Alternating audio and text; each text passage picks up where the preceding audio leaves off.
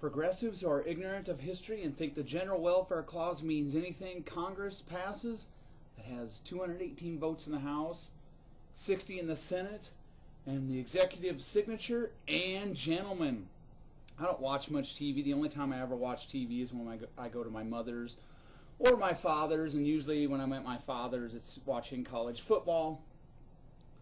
But I have been able to, with us being inundated with political commercials these days until Election Day, I've caught several commercials by Bruce Braley, and I'm not telling you who to vote for here. I'm just making a point. A couple of points Bruce Braley's made in his campaign against Joni Ernst here in Iowa, calling her too extreme.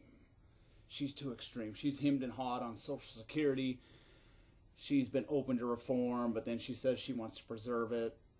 Another one they pick on, and this will be the focal point of this video, is Joni Ernst wants to shut down the Federal Department of Education. And she does. I voted for Sam Clovis in that Republican primary. I thought he was the smartest person on the stage. His points were the best articulated, in my opinion.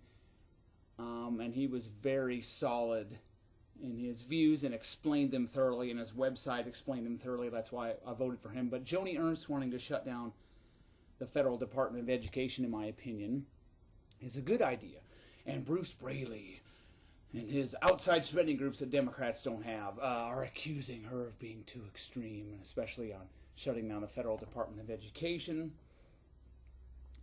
But education is not mentioned in the Constitution, and the federal government is to have no authority in this arena whatsoever. Yet progressives today have accepted that, and if you propose to go back to what the Constitution means, you're extreme.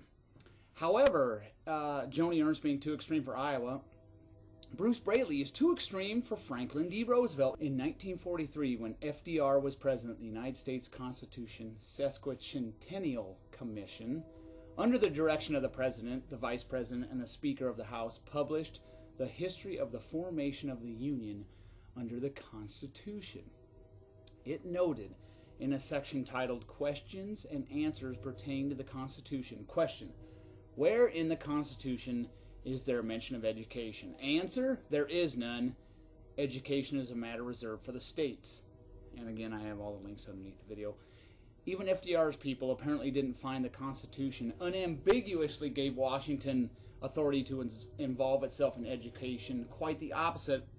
So that means Bruce Braley is too extreme for Franklin D. Roosevelt, a collectivist, communist, redistributionist folk hero on the progressive side. You are too... Let's see if I can do the voice like they do in the commercials. Bruce Braley, too extreme for Franklin D. Roosevelt. Have a nice day.